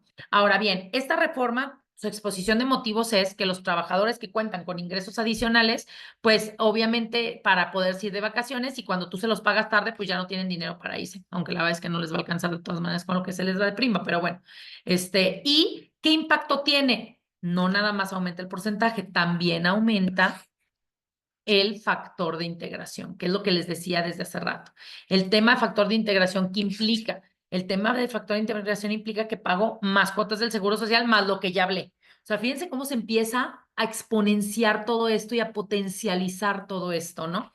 Por eso es importante entenderlo. Y el dolor de cabeza de todo el mundo va a ser la reducción de jornadas, de 48 a 40. Se pretendía inicialmente que fueran 5 días trabajados por 2 de descanso. Sé que se está trabajando en una reforma que sea diferente, que no sea por los descansos, sino que sea por número de horas a la semana y que en lugar de 48 baje a 46 a 44. No sabemos cómo va a salir. Hoy en día la que tenemos muy en la mesa es 5 días de trabajo por 2 de descanso. Obviamente, ¿eso por qué se hizo? Para evitar el burnout, para conciliar trabajo, familia, aumentar productividad. Yo estuve en la Cámara de Senadores hablando de este tema con unos compañeros que en su momento yo estaba en una comisión que hablábamos de estos temas y estuvimos invitados para hablar de este tema. Y yo algo que les decía era, a ver, porque les voy a decir lo que mostré y se los voy a mostrar. A ver, díganme algo. Imaginemos tantito, hagamos un ejercicio de imaginación. Imaginen que hoy entra la reforma y entra en vigor mañana, ¿sale? Hoy la publican y entra en vigor mañana, olvidémonos de los días hábiles. Y mañana entra en vigor. Mañana ya tienen que ser 40 horas. ¿Eso va a ser más productiva a la gente? ¿Eso los va a hacer más productivos que tú le digas, ya no vas a trabajar 48, vas a trabajar 40, entonces te vas a hacer bien fregón? Obviamente no. Obviamente no. Entonces, ¿qué pasa? ¿Qué tenemos que hacer para compensar esto? Déjenme decirles que, para empezar, esta es una recomendación que nació desde 1962. 1962 de la OIT. México no la atendió. Por eso muchos países ya están en 40 horas. Algunos incluso peleándose por 25 o 30, ¿eh? 40 horas. ¿Por qué? Porque desde 1962 nos dijeron no deben de ser 48, deben de ser 40. México se tardó demasiado en hacerlo. En el 2012, la gran reforma que tuvimos a la Ley Federal del Trabajo, uno de los aspectos primordiales, yo sé que todo el mundo se quedó con lo de los sindicatos. Sí, fue un aspecto importante. Sin embargo, otro de los aspectos importantes es que antes teníamos la Comisión Mixta de Capacitación y Adiestramiento. Hoy, después de esa reforma, se llama Capacitación, Adiestramiento y Productividad. Y productividad. ¿Por qué se llama así? Que desgraciadamente muchos lo agarraron para hacer estrategias fiscales terribles. Pero ¿por qué era así? Porque hay una recomendación de la OIT a través de una guía que le dio a los países y a las empresas, está pública, la pueden buscar, en donde les dice cómo lograr trabajar 40 horas, cómo lograr disminuirlo. Y entonces parte de ello era que una comisión mixta se pusiera a evaluar e identificar cuáles eran las necesidades, empezar a hacer reestructuras de horarios de trabajo, de tipos de trabajo, de capacitación al personal para eficientar, de algunas otras cosas que comentaré más adelante, y que entonces con eso ibas a lograr la productividad y por lo tanto, si es más productivo, ¿qué es productividad? ¿Hacer más con menos o con los mismos hacer más? ¿Sí me explico? O sea, o con menos hacer más. ¿Qué es lo que necesitamos nosotros en esta ocasión? Con menos horas hacer lo mismo. Eso es lo que necesitamos y eso es lo que le tenemos que llamar hoy en día productividad. No querramos que hagan más porque al contrario, nosotros vamos a bajar horas de trabajo. Pero yo les voy a decir algo, siendo honestos, y imagínense el escenario y revísenlo. En las empresas, en la vida real, ¿cuántas horas se trabajan? De 8 horas del día, ¿cuántas horas se trabajan? Entre que llegan por el cafecito, llegan a platicar con el compañero, van al baño 3 veces, van a la computadora, la prenden, otra vez vuelven a ir al baño, ¿saben? La comida, el ir, el venir. ¿Cuántas horas reales son productivas? Ya se ha hecho estudios. Ya estamos trabajando tal vez 40 horas y ni siquiera te has dado cuenta, pero queremos verlos ahí las 48. Yo sé que hay otros puestos, como lo es seguridad privada, pues que ahí sí, sí o sí se tiene que quedar sentado ahí las horas, porque es parte de la vigilancia. Bueno, entonces ahí busquemos otra forma de ver cómo vamos viendo un tema de productividad, ¿no? Cómo, pues a través de ciertos procesos hacer automatización. Desgraciadamente, y yo sé que esto les va a doler en el alma lo que voy a decir, porque sí, no, porque entonces algo que deberían de invertir en este tipo de trabajos es más en la automatización, robotización, que en o sea, en las personas. Y yo misma soy de las primeras que dice, no despidamos gente, tratemos de reubicarlos, pero hay ciertos puestos que por las cosas que están pasando van a quedar obsoletos. Hay un libro muy bueno que se los recomiendo que se llama Sálvese quien pueda, de Oppenheimer. Sálvese quien pueda, lo que habla es cuáles son los puestos que van a desaparecer de aquí al 2050. Y entre ellos está a lo que ustedes hacen, ¿sale? No en todos los casos, no todos, me queda clarísimo. Depende de qué tipo de seguridad privada, depende de qué tipo de situaciones. Obviamente, si estás hablando de un coto en donde tú estás en un desarrollo y vas a poner un guardia en lugar de guardia, inviértele en un tema de de automatización, en un tema de robótica, en un tema de infraestructura tecnológica, y que tengas a una persona que vaya y esté monitoreando que el sistema esté funcionando correctamente, pero no vas a tener a la persona 24/7 ahí vigilando quién entra, quién sale, le tomas su nombre y le tomas el INE, ¿me explico? O sea, este es un ejemplo, pero obviamente habrá otros temas. En un banco no puedes poner tan así, pues, o en ciertos aspectos. Entonces tendrán que ver qué aplica. ¿Por qué otros países del mundo sí lo han podido hacer? ¿Qué están haciendo otros países del mundo para combatir esta situación? E insisto, ¿y qué vas a hacer? La gente que hoy tienes, recapacita, o sea, reestructúrala, capacítala, desarróllala para que haga otras cosas. ¿Qué nos va a pegar? 52 días menos en el año trabajados. Eso es lo que nos va a pegar. Oye, Carla, ¿y si yo no la aplico qué va a pasar? Y me encanta, porque yo les decía, a ver, ¿se van a ser productivos? No. Si mañana me la cambian, no voy a resolver porque no trabajé en resolver. Por lo tanto, ¿qué van a hacer? Horas extras, dobles turnos. Eso no ayudó ni a evitar el burnout, ni a la conciliación familiar, ni a aumentar la productividad. Se rompió la esencia de lo que queríamos hacer. Por eso es que, desgraciadamente, cuando no estamos preparados para una reforma, se potencializan los efectos negativos. Y entonces, por eso tendríamos que ir visualizando. Y déjenme les pongo esta proyección. No sé si también ya lo habían analizado. Hoy en día, sin las reformas de las que acabo de hablar de aguinaldo, vacaciones, etcétera, hoy tenemos 365 días del año, que esos 365 días del año, hablando de la empresa, lo que te cuesta un trabajador, tú le debes de quitar 7 días de ausentismo. Olvídense ahorita que se hacen dobles turnos, horas extras, lo voy a dejar de la ley, ¿sale? 7 días festivos que no debe de trabajar el trabajador. 12 días de vacaciones, que se debe de ir de vacaciones y no las va a trabajar, o sea, te quitan esos días.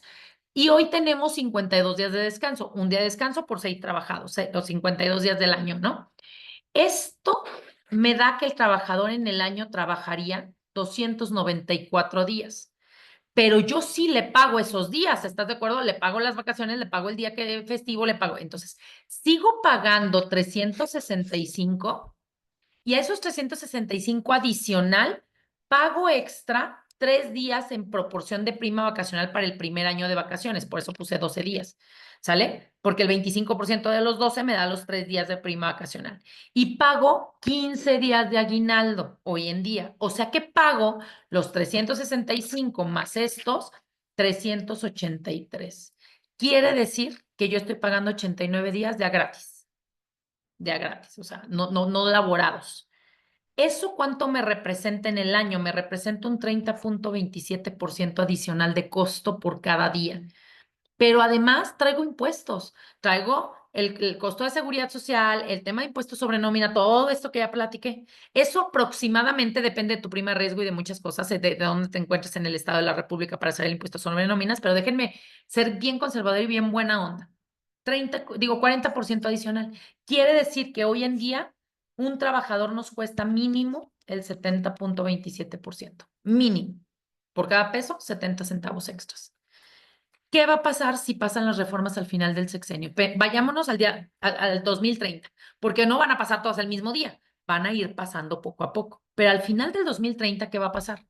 Yo voy a traer los mismos 365, menos los 7 días de festivos, si no nos meten más, menos los mismos 12 días, que no se aumente a 18, que les dije que eran los mínimos que se requerían, pero 12 días de vacaciones, y le voy a aumentar lo de menos 8 horas de jornada, ¿verdad? Es semanal, que son menos 104 días, van a trabajar 242 días. Y les voy a pagar los mismos 365, pero como se duplica de 25 a 50%, la prima vacacional ya no es 3, es 6. Y ya no son 15 días de aguinaldo, son 30. Por lo tanto, al multiplicar eso y sumarlo, le voy a pagar 401 días. Quiere decir que le voy a pagar 159 días de gratis. O sea, estás hablando de la mitad del año. De la mitad del año, prácticamente de gratis. En pago, ¿sale? No que no te los vaya a trabajar. Le vas a pagar la mitad de un año extra. ¿Eso qué representa? Tú traíamos de 30, pasa a 65.70%, pero traíamos el mismo 40 y no va a ser el mismo 40 porque ya vimos la evolución de las cuotas y todo eso y eso que nos pasen otras cosas, pero lo dejé bien buena onda. O sea que te va a costar un 105.70% adicional mínimo el trabajador para el 2030. ¿Se fijan por qué es tan importante estar pendiente de estas reformas? Porque no solo es, ay, me espanto porque son 15 días y son 15 días más a pagar. Es un efecto dominó y es una bola de nieve que no vamos a poder controlar y que si no nos vamos previniendo desde ahorita, no la vamos a librar tarde o temprano o nos vamos a quedar fuera, ¿no? ¿Qué recomiendo para poder mitigar un poco estos efectos? Primero, optimizar la productividad. ¿Cómo voy a optimizar la productividad? Hay ciertos puestos, por ejemplo, porque te va a pasar lo mismo con tus administrativos, ¿eh? Y los administrativos generalmente son más caros que los operativos. Con tus administrativos, en menos horas, ¿cómo van a hacer lo mismo? Implementas software que les pueda apoyar, hay que darles capacitación y desarrollar al personal para que se hagan más productivos, ve reduciendo la jornada poco a poco desde ahorita, aunque no te lo pida la ley, para que cuando llegue el fregadazo tú ya estés preparado y ya hayas evolucionado. A lo mejor baja media hora ahorita de manera inmediata y otra media hora a finales de año y ahí te la llevas y al final de cuentas vas a empezar a progresar y esa media hora te vas a dar cuenta que no la vas a sentir. Hiciste productiva a la gente esa media hora. Cuando les quites la otra media hora, los vas a obligar a que poco a poco, es como ir poniendo poco a poco un tornillo. Me explico, cada vuelta, cada vuelta, cada vuelta. No quieras esperarte a que llegue la maldita reforma porque entonces no la vas a librar. Bajar de 48 a 40 de la noche a la mañana sin haber hecho nada. Necesitas hacerlo progresivo. Eso para los administrativos y para los puestos que se pueda. Insisto, sé que en un tema de seguridad, pues no, a lo mejor ese no es el beneficio. Y quién sabe, porque en ocasiones tienen 2 o 3 o 4 personas cuando a lo mejor ya nada más necesitarías 2, porque las haces productivas, pero además automatización y digitalización de procesos. Tienes que conjugar eso. Estamos en una era tecnológica, nos guste o no. Estamos en una era en donde vamos saliéndole a la cuarta revolución industrial, entrando a la quinta revolución industrial. México va retrasado. México va apenas entrando al final de la cuarta revolución industrial. Acuérdense que siempre vamos como un poquito desfasados. Vamos entrando a la quinta revolución industrial, que es la de robótica, en donde debemos de ayudarnos y potencializar esto. Y yo quiero hacer ahí un paréntesis rápido. A veces les digo a mis clientes, ¿no? Aguas, estamos en la quinta revolución industrial y tú sigues actuando como empresas de primera revolución industrial, como hace 100 años. Yo pago lo mínimo de ley, yo hago lo mínimo que me requieren, yo hago lo mínimo. Si continúas así, de verdad, te va a pegar. No digo que te vas a morir, hay quien sí, pero te va a pegar. Entonces, automaticemos también poco a poco. Si esos 2 tornillitos los vamos apretando, de verdad vamos a lograrlo más fácil. Y por supuesto, una reingeniería fiscal, laboral, de seguridad social. Cuando hablo de fiscal, hablo porque hablo de impuestos y de prestaciones, por lo tanto, incluye todo. Vi que me dejaron una pregunta de prestaciones que ahorita contestaré. ¿Qué tenemos que hacer? Renovarnos, modernizarnos con las prestaciones. Si tú sigues dando lo mínimo de ley, tarde o temprano te vas a quedar atrás y te vas a quedar con los peores empleados, porque alguien más sí les va a dar un beneficio adicional y entonces se va a quedar contigo el que nomás está esperando para cambiarse de trabajo o que ya de por sí tienen rotación de puestos o quien no lo quiso en ningún lado y nomás aquí se quedó contigo y por lo tanto no te es productivo y no te es eficiente. ¿Quieres tener talento mucho más capacitado, mucho mejor? Tenemos que ofrecer algo diferente. Por eso tenemos que hablar de un tema de reingeniería fiscal, ¿no? Básicamente yo con esto termino con una frase de Séneca que dice que cuando se está en medio de las adversidades ya es tarde para ser cauto. No te esperes a la tormenta, prevén. De verdad, sé que no es fácil, sé que suena difícil, pero no lo es. Yo le voy a dejar el material con muchísimo gusto a Vero y al Capi para que les hagan llegar este material. Yo me quedo a sus órdenes. Tengo varias preguntas en el chat. Quiero dar espacio para, una, contestarlas y dos, si alguien quiere prender su micrófono y hablarlo, con muchísimo gusto, ¿no? No sé si quieras que lea yo las preguntas, Vero, y le doy seguimiento. Sí, nada más un segundito. Lo único que le pediría yo, para que tomes tu cafecito, te relajes un segundo, es, tenemos nosotros ahorita en puerta nuestra asamblea del 24 de marzo y queremos invitar a nuestros asociados para que nos acompañen y digamos que son los anuncios parroquiales, diría el capitán, ¿no? Por lo que les ponemos aquí a consideración de los asistentes que el próximo 24 de marzo tendremos en Tijuana, Baja California, la Asamblea General Ordinaria de Socios. Vamos a tener una plenaria con el secretario de Seguridad del Estado y tendremos también unas ponencias para para los locales, digamos, para la gente de Baja California, las relaciones de trabajo, aspectos laborales y fiscales para la seguridad privada. Mira, ha ido como que pegándose todos estos temas, ¿no? Además, déjame te digo y te interrumpo, Ver, conozco muy bien a Elisa y es una tipaza y es buenaza, entonces no se la pierdan, si vayan, si acudan y ahí me la saludan Bueno. de mi parte, por favor, ahí le dices, Vero, que le mando un fuerte abrazo. Pero pues ya, eso cuenta con ello. Y tendremos después de la plenaria una visita al estadio de los Xolos, una visita guiada, junto con un cóctel que vamos a tener y también posteriormente se podrán quedar a ver el partido de las mujeres de los Xolos, no sé contra quién van. Entonces va a ser un evento de un día muy interesante, muy enriquecedor, pero sobre todo seguir creciendo la formalidad que nosotros queremos hacer dentro de AMESP a través del capítulo que tenemos hoy en Baja California y agradecer mucho a nuestro secretario, a Octavio Vizcaíno, que es de allá de Tijuana, el que haya propuesto la sede para hacer la Asamblea Nacional. Entonces no dejen de acompañarnos, es un día de muchas actividades y va a estar patrocinado por Intela. Entonces la verdad es que muchas gracias a todos para la realización de este evento y los esperamos el 24 de marzo allá en Tijuana, Baja California, con un gran evento. Y tendremos también el curso de capacitación del mes de abril.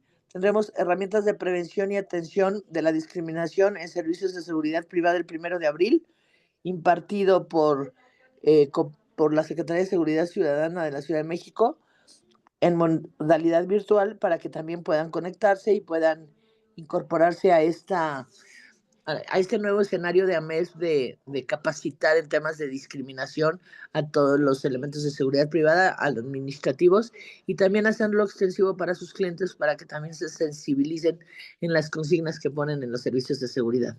¿Qué sigue, Fer? Digo, Lucerito, perdón. Y tendremos el curso de capacitación, el S063, Custodia de Mercancías en Movimiento, 9 y 10 de abril. Este es presencial en las oficinas de AMES y al concluir el curso obtendrán su constancia de capacitación de S3 y el certificado ante conocer. Entonces, por favor, cualquier cosa, Fer, Lucerito, deja los contactos de Fernando en el chat para que puedan por favor, buscarnos, inscribirse y participar en estos cursos que AMES hace para seguir profesionalizando el sector y dándoles herramientas a las empresas de tener mejor personal certificado para la prestación de los servicios que se contratan. Y el 28 de abril tendremos prevención de riesgo en el capital humano impartido por ahora sí que nuestro maestro Arturo Cuellar Fernández. Él estuvo mucho tiempo en seguridad privada, pero estuvo mucho tiempo también en la fiscalía y la verdad trae los temas muy buenos. Estos cursos son muy buenos y la verdad es que sí, al concluir el curso tienes tu constancia de capacitación a mes y tu DC3.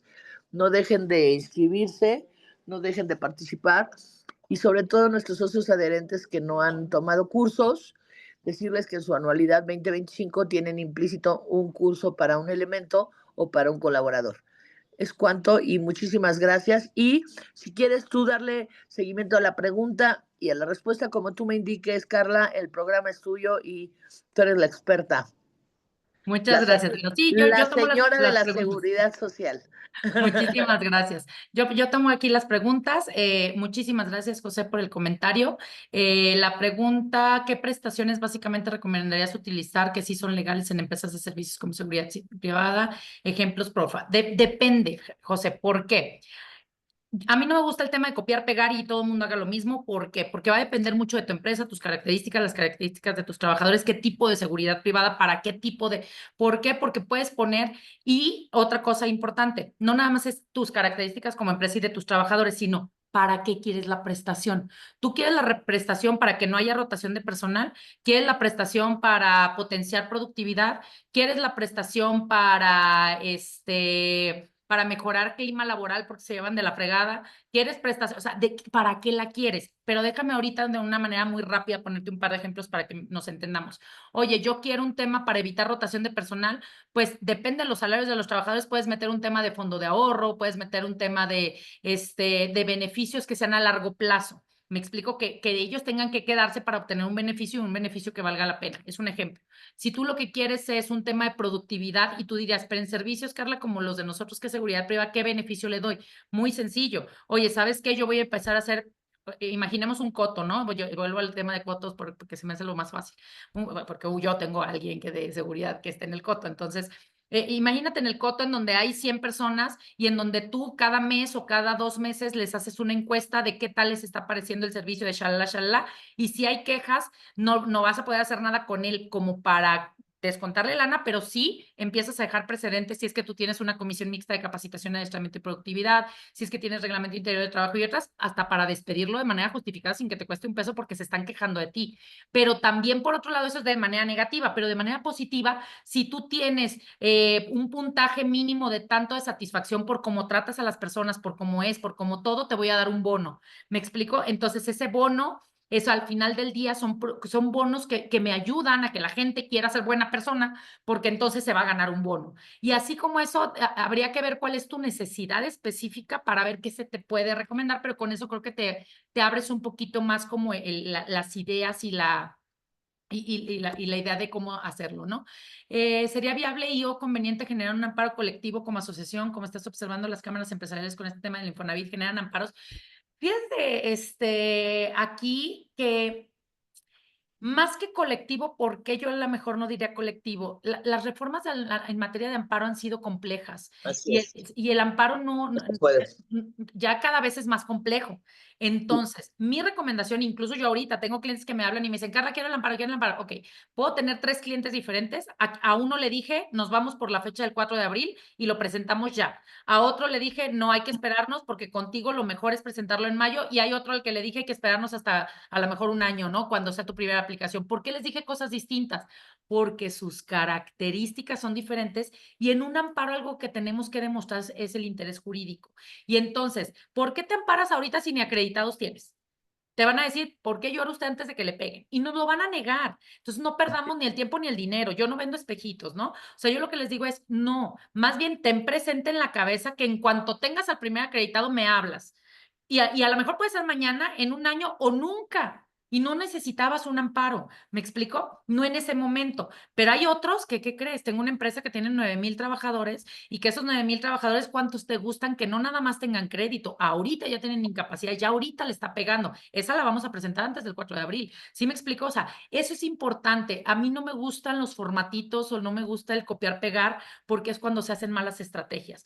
Aquí hay que analizar las características de cada uno porque el amparo, si de por sí cada vez es más complejo, si no a cada quien le das como ¿qué pruebas tienes tú? ¿Qué pruebas tiene el otro? No voy a presentar el mismo amparo cuando son pruebas diferentes, ¿me explico? O sea, eso es lo que será muy importante identificar. Por eso yo no me iría por un tema tal vez colectivo. No digo no, hay que analizarlo. Sin embargo, le veo mucho más posibilidades a hacer un amparo por cada una de las empresas. Adelante, Vero, por favor. Pero además en el tema de la ley de amparo, con las modificaciones constitucionales que se hicieron, ya no pueden ser colectivas, tienen que ser individuales. Entonces, como asociación o como cámara, no podemos ir a un amparo genérico, porque en primer lugar, como asociación, no tenemos ese riesgo, ¿no? Y no podemos utilizarlo. Y como empresas tienen que hacerlo en la parte individual. Nada más era para acotar ese tema al doctor Ramírez. Muchas gracias. Gracias. Marcela, nos estás preguntando que si la ley de amparo se puede corregir en reglamento. Más que corregir el reglamento, recordemos que la ley puede ser rígida y genérica y el reglamento lo que hace es dar especificaciones y en las especificaciones sí nos podrían ayudar un poquito. Sin embargo, veo difícil que vayan a hacer una reforma en ese sentido. ¿Qué sí hicieron? Insisto, una notificación a través de correos electrónicos y a través de una manera muy informal de decirnos cuál era el criterio de la autoridad, que considero que eso no da certeza jurídica y yo no me iría por ahí, ¿no? Entonces, en caso de que sí pudieran llegar a hacer algún ajuste, Marcela, la respuesta es sí. Tendríamos que ver qué ajuste para ver si te aplica o no, porque no podría ir el ajuste mucho más allá de la ley, ¿sale? Entonces tenemos que cuidar eso, o sea, el reglamento no puede superar la ley, pues, o sea, al final del día, ¿no? Por eso hay un orden de las leyes. Donde la ley no distingue la autoridad, no tiene por qué distinguir. La ley dice que el reglamento como reglamento no lo puede corregir. Bueno, ahí es lo que ya les decía, ¿no? Justamente, más que corregir, yo a lo que iría es, ¿qué fue lo que trató de hacer el Infonavit en ese documento? Limitar lo que dije, O sea, lo que quise decir fue esto, pero solo me refiero a los salarios, o sea, hacer una acotación más que corregir, efectivamente. Ya nos decían lo del amparo colectivo, ya lo comentamos. El porcentaje se debe establecer, dice, tiene ventajas, el porcentaje se debe establecer con un cálculo actuarial de cada rublo que incluye la ley. Sí, sí es importante, me imagino que es para el tema de lo que estábamos hablando de las proyecciones. Sí es importante que cada aspecto, cada situación tiene su tratamiento especial y hay que verlo cada uno e incluso cada uno que ustedes, prestaciones que ustedes den, no necesariamente pueden ser las mismas prestaciones a todos, ¿no? Dice, dice Rubén, se quejaban de que yo era alarmista, ya los asusté. No, digo, es información que hay que ver cómo lo toman, ¿no? El gran reto en seguridad privada es que es muy alta la rotación, definitivamente. Es una, muy alta la rotación y dos, que la verdad es de que el nivel muchas veces de las personas no les permite entender algunas cuestiones que están ocurriendo en la ley y entonces también son en ocasiones, pues, que es más factible que demanden o que crean que tienen derechos que no tienen, ¿no? Y eso lo hace complicado. Adelante, Rubén, por favor.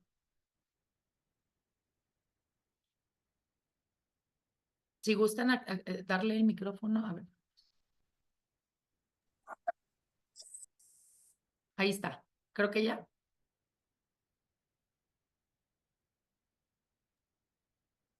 ¿Podrían darle acceso al micrófono? Ya puedo hablar, ya puedo hablar. Perfecto. Gracias. Felicitarla, Carla. No, es que la única tranquilidad que me da es que nuestro presidente decía que cada vez que yo iba a hablar en una conferencia le daba miedo escucharla. Ahora ya no más le va a dar miedo escucharme a mí, sino también a usted. Porque yo tengo, Entonces ya somos compañeros ya de... somos dos. Sí, ya, yo tengo apenas 30 años diciéndoles que ahí venía el coco y creo que el coco ya está llegando. Pero qué bueno, la felicito, es una visión muy fresca.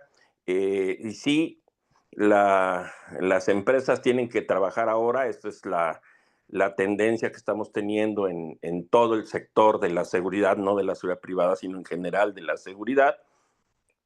Tienen que trabajar en compliance laboral. Y si no se preocupan por trabajar en el compliance laboral, vamos a jugárnosla muy riesgosamente y volvemos al tema que desde julio del año pasado se puso en marcha con lo de la ley de trata de personas, con las jornadas laborales y con el costo de lo que va a significar que si el año pasado los clientes decían no puedo actualizar tus costos porque no tengo presupuesto, así es que dile a la ley que se espere hasta el próximo año, ahora que venga las 30 días de aguinaldo y eso, a ver qué vamos a hacer, porque no sé de dónde va a salir el dinero. Muchas felicidades, Muchas excelente. gracias. Gracias. Muchas gracias, Rubén. Entiendo que somos colegas, ¿verdad? Sí.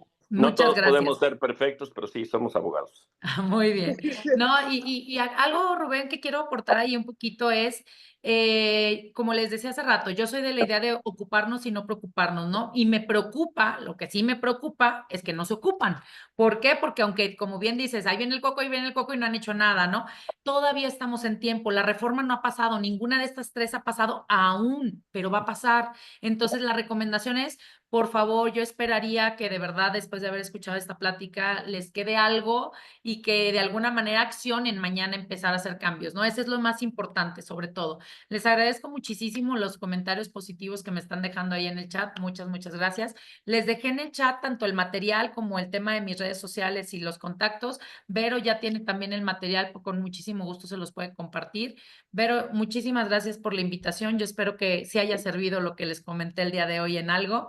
Gracias por el espacio y me quedo, les decía, para las preguntas. Veo que ya no hay preguntas. No sé si alguien más tenga pregunta que quiera hablar directamente y pedirlas. Herschel Schultz, se me hacía raro que no lo hablara. Adelante, Herschel, bienvenido.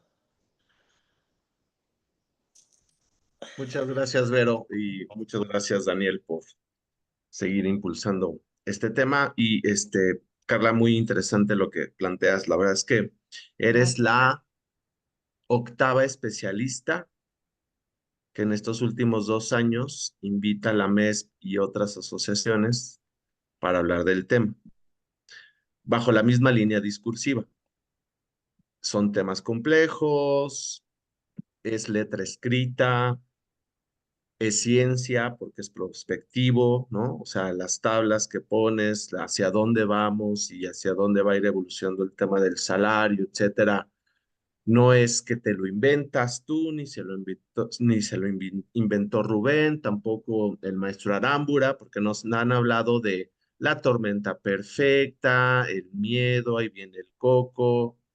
En estos últimos 4 o 5 años, también una asociación en la que yo participaba, ¿no? Ha juntado también paneles de expertos. Pero, Carla, no pasa nada, ¿no? O sea, hay dos cosas aquí interesantes. La primera es que esta industria es muy especializada y muy interesante.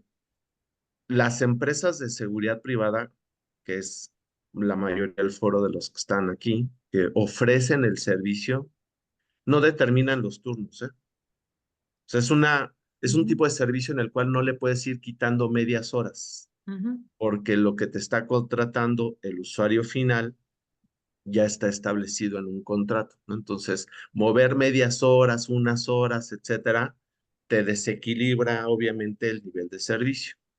El tema de la productividad, hay muchos también especialistas aquí que han hablado acerca de KPIs y las variables de las KPIs, de cómo manejar el tema de productividad, pero no somos ¿cómo te diré? Una industria productiva, ¿no? En donde vas a hacer más con lo mismo o menos con más, etcétera, porque se mide de forma interesante y diferente.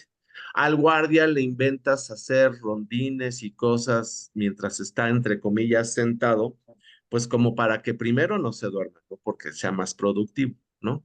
Porque sí te regañan porque se duerma, más no por lo que no haga, ¿no? Entonces también hay características que pues, luego nos quieren comparar con industrias de la transformación, en la parte de atención al cliente, por ejemplo, ¿no? Pocas empresas son las que califican a la empresa de seguridad privada por la cantidad de personas que reciben en una puerta, ¿no? Por ejemplo, son cosas interesantes. Entonces, creo que sería muy bueno tener un muy buen diagnóstico de acuerdo a lo que sí somos, porque no somos como las panaderías, no somos como el Oxxo, no somos como ese tipo de industrias. Es muy diferente a lo que se ve en otras partes. Entonces creo que ese sería interesante. Y aquí vienen algunas cosas que quisiera yo preguntarte. La primera es, si no somos eso, evidentemente, bien lo dijiste, pues no es un copy-paste ni tampoco es una receta de cocina, ¿no? ¿Qué de acuerdo a lo que sí somos tenemos que hacer? Porque esta que nos decías de váyanle quitando medias horas, no hay forma, Pero yo ¿no? hablaba de las medias horas en el caso de, porque ustedes también tienen administrativos. Pero Por eso son muy dije que hay pocos. cosas que hay que hacer en Sí, administrativos y hay cosas que hay que hacer en operativos, ¿no? hay, Hay hay una, empresas que tienen, perdóname nomás, hay empresas que tienen 7,000 empleados y 300 administrativos. ujú. El impacto te lo da la masa crítica, que es el servicio. Y luego, te lo comento así, perdona que te interrumpa, porque lo importante no es el administrativo, porque no sean importantes, ¿no? Sino porque aparte te sanciona el usuario final. Si no llegan los guardias y les quitas medias horas, o sea, hay un impacto muy fuerte. No, Te en lo los digo guardias ahora, no sería un tema de medias horas. sí, te lo Ujú. digo ahora porque ahora estoy del lado de, bueno, siempre he estado en todos lados, ¿no? Pero ahora estoy del lado del usuario final. Y aquí viene el otro tema. No hemos visto que el headcount de las empresas de seguridad privada crezca de tal forma para poder contrarrestar lo que nos estás mencionando, ¿no? Porque si bien, mira, ahorita tú una afirmación que hiciste es que prepárense porque vamos a pasar de 48 a 40 horas. No, Carla, aquí siguen en 62 horas. O sea, no es 48 a 40, ¿eh? Tenemos la mayoría de las personas que se tienen trabajando, por ejemplo, no sé dónde vivas, pero tus amigas deben de vivir en edificios y cuando vas a un edificio ves un guardia, ese guardia no trabaja de 8 horas, no trabaja la mayoría de las veces de 12. trabaja de 24 por 24, la masa crítica es de 24 horas, ¿no? Entonces, te haces las cuentas y son de 62. Creo que esa es la parte en donde debemos de centrarnos de qué tipo de animal somos. No, no somos un tigre, no somos un águila y no somos una ballena, ¿no? O sea, nos Y ahí yo movemos te en haría una diferentes... pregunta, Herschel. ¿En qué te quieres convertir? Porque el tema es, y voy a hacer un paréntesis, tú mismo me dijiste al inicio un tema de compliance, ¿no? Y si hablamos de un tema de compliance con 62 horas, estamos lejos de un compliance. Entonces, si ni siquiera hemos logrado trascender a lo mínimo que establece la ley, ¿y por qué no lo hemos logrado? Por un tema de costos, seguramente. ¿Y a qué voy con un tema de costos? Porque lo primero es, ¿por qué tienes ese número de horas? Porque no contratas más gente. Porque entonces, si contrataras más gente, tuvieras una rotación distinta de turnos que te permitan que cumplan mínimo las 48 de hoy, no 62. Entonces, ya desde ahí traemos un foco rojo que tendríamos que alertar. El hecho de que para ustedes cambie de 60 a 40, como dices, en algunos casos que están en esta situación, pues eso va a ser mucho más crítico, mucho más complejo y efectivamente con todo el tema de explotación laboral y demás, mucho más costoso en caso de que tengas un riesgo, ¿no? Y hablo de riesgo en donde lo quieras ver, ya sea con una negociación con el trabajador para que no se vea la demanda, en donde como lo quieras ver ya fue un riesgo mayor. Entonces, lo primero que tenemos que visualizar es que en ocasiones, y ustedes tendrán que visualizar, en ese caso particular que me estás diciendo de las 60 a las 40 que quieres bajar o por lo menos a las 48, es el estudiar cómo es que vas a hacer una contratación adicional para que cubra y no tienen que ser tiempos completos. En una ocasión en una empresa llegué a implementar 25 turnos diferentes, 25, cuando normalmente piensas en mañana, tarde y noche. 25, ¿por qué 25? Porque a las 5 de la tarde todos tenían que estar, o prácticamente toda la empresa tenía que estar ahí. Esa empresa pagaba millones de pesos al año en horas extras. ¿Por qué? Porque el cargamento llega tarde, porque no sé qué. Ajá, si el cargamento no sabes exactamente qué hora va a llegar, pero normalmente llega entre 5 y 8 de la noche, pues entonces, ¿por qué todos tienen que entrar de 8 a no sé qué y de no sé qué a no sé qué? Que unos entren a las 8, otros a las 9, otros a las 10, otros a las 11, para que a las 5, de 5 a 8 esté toda la compañía dispuesta y no haya horas extras y en friega acabe en la producción. Te estoy dando un ejemplo. ¿Qué pasa contigo? Lo mismo. Oye, ¿sabes qué? Voy a tener que bajar a 40 horas. Esas 40 horas no me va a dar. Incluso quien trabaja el tema de las 8 horas, si tú trabajas 8 horas, pero los 3 turnos te queda 1 hora y media pendiente. Porque 8, 7 y 7 y media ya no nos dieron las 24 horas del día. Nos quedó pendiente y vas a tener que tener horas extras u otra. No, lo ajustas con horarios de entrada, lo ajustas con los que rolan, o sea, los que, ahorita se me fue el nombre. Déjame decirte, con una persona extra, que esa persona extra solamente trabaja 2 horas en esta empresa aquí, se va El de aquí a otra comodín. a cubrir en lo que llegue el otro y empieza a armar y armas toda una estrategia. Tienes que armar un mapa, eso es armar un rompecabezas de todas las piezas que tienes para tratar de hacer productividad. Eso es hacer productividad. Y tú decías, productividad es para la fabricación y producción, no estoy de acuerdo. Yo soy servicios, 100% y manejamos productividad porque la gente se vuelve más productiva, es decir, volvemos a lo mismo, hacer más con menos. Entonces el tema es con tus recursos totales en la compañía, tus 9,000, 3,200 o 50 trabajadores que tienes contratados, ¿cómo acomodas que hagas lo mejor posible conforme a la ley? Oye, Carla, no la libré porque me sigue. Entonces ahí te vas a dar cuenta que te siguieron haciendo falta personas, pero no vas a tener que contratar el doble de personas como tú crees. Haciendo una estructura en este sentido, tal vez nada más contratas 10 personas más en lugar de 30, porque tú estás pensando en 30 por todas esas, imagínate, de las 48 con 60 estás hablando de 20, estás hablando de o sea, medias semanas. ¿Me explico? Entonces, ahí es lo que tenemos que empezar a ver para ti con las actividades, porque yo no sé si solamente la empresa A son 62 horas, a lo mejor la empresa de Ángeles y la de Rubén dicen, yo no estoy tan extremo, yo nada más traigo un problema de 10 horas. Ah, bueno, ellos serán otro tema y tendremos que ajustarlo de una manera distinta. A eso me refiero, Rachel, que tenemos que identificar, tú bien lo dijiste. Primer paso para hacer un tema de compliance, identificar a la empresa, identificar sus riesgos, sus características, la de los trabajadores. Jugando con todo eso, cómo armamos un rompecabezas con esas piezas y que quede bonito además, no una parchería ahí cochino, ¿no? Que quede bonito y que yo lo pueda poner en algún lado. Ese es el tema. Por eso digo que ahorita, con lo que me acabas de comentar, pues estamos en un paso en -200, ni siquiera en 0, porque entonces traemos un mal cumplimiento excesivo, que no hemos logrado llegar al cumplimiento. Por lo tanto, estas reformas se te van a hacer mega complicadas, ¿no? O sea, es un ejemplo, insisto, no podría escupir una respuesta como tan puntual porque sí es un tema de análisis personal o de, más que personal, de tu empresa, ¿no? Tomé el mismo ejemplo de las 62 horas que comentabas por lo que decías y creo que ahí es, con esto a lo mejor doy un poquito más de panorama, ¿no? Gracias. Un gusto. José Ramírez Chema, doctor Ramírez, de Guadalajara. Hola, Adelante. muy buenos días, Carla. Con el gusto de saludarte y felicitarte por tu gran ponencia. Soy concreto con dos aspectos. Uno, seguridad privada, 70% oficiales, y lo veo y lo analizo como un servicio estático. Guardias que están posicionados en una industria, en un coto, en un laboratorio, en un hotel, etcétera. Y el otro 30% tal vez sean servicios movibles. ¿A qué me refiero? Y puntualizo respecto a tu opinión, ¿cómo va a resolver o cómo va a transitar en esta temática el transporte de carga federal, que es quien mueve a este país, los operadores de los camiones, y nosotros vamos en la cola de los camiones, unidos a ellos, porque hacemos las custodias del transporte de carga federal en todas las carreteras del país?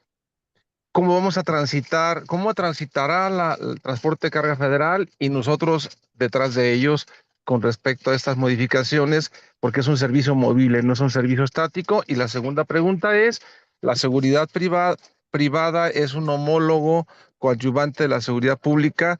¿Cómo transitará la seguridad pública del país? 370,000 oficiales en todas las dependencias posiblemente. ¿Cómo van a transitar a jornadas laborales de este tamaño? ¿Cuál es tu opinión? Fíjate que aquí hay dos cosas. Por un lado, hablando del tema de transporte, hay un capítulo especial dentro de la Ley Federal de Trabajo para Transportistas en donde maneja unas prerrogativas especiales respecto a jornadas, a qué se considera tiempos efectivos, etcétera. Sin embargo, sigue siendo las 48 horas, ¿no? Y por otro lado, algo que conozco y que sé que está pasando en las discusiones de la jornada es que hay un par de industrias o un par de gremios en los cuales a través de, justamente, ¿no? Decíamos que la regla general y luego tenemos las reglas especiales. A través de beneficios extraordinarios se les van a dar ciertas prerrogativas para estas reformas. Entre ellas está por el tema del transporte, está el tema de minas. ¿Por qué? Porque las minas están en casa a la fregada y se llevan el campamento de las personas y no me las voy a traer. Y entonces hay un par de que se han comentado, no solo el transporte, también las minas. Hay otros dos que no recuerdo ahorita cuáles son, no son 4 en total, que se está viendo qué se va a hacer con ellos, porque justamente sí se entiende que son muy especiales, muy sui generis y que son trabajos especiales. Por lo tanto, habría que esperar a ver cómo lo definen. Lo que conozco hasta este momento es que con ellos no va a haber una reducción tan abrupta y van a permitir otro tipo de reducción de jornada, que por eso era importante el comentario que hice, que la recomendación 116 de la OIT establece que bajes las 40 horas como de lugar, pero podría ser por industria, por sector o generalizado. Y podría ser paulatino, periódico, como lo están haciendo, les decía, de 48, 46, o podría ser a un sector de una manera y a un sector de otra. Están tomando esas ideas de la recomendación de la OIT para implementarlas en esta reforma. Por eso se detuvo la reforma, porque sí pensaban brincar de 48 a 40. Y sí dijeron, no, a ver, espérame, es un tema. Entonces, esto que están analizando nos tendría que dar más luz y hay que estar pendientes de lo que está saliendo en los proyectos de reforma o en los ajustes a estos proyectos de reforma, porque ahí es en donde se ve esto que acabas de comentar, sobre todo con el tema del transporte, sí tienen clarísimo que va a ser un tema, igual que ahorita tengo muy presente el tema de minas y transporte porque tengo clientes en eso, ¿no? Pero hay otros dos que estaban en el mismo sentido. Y yo te diría, vamos viendo cómo sale definitivo como para ver cómo tendríamos que tomar las precauciones, ¿no? Muy bien. Gracias, doctora.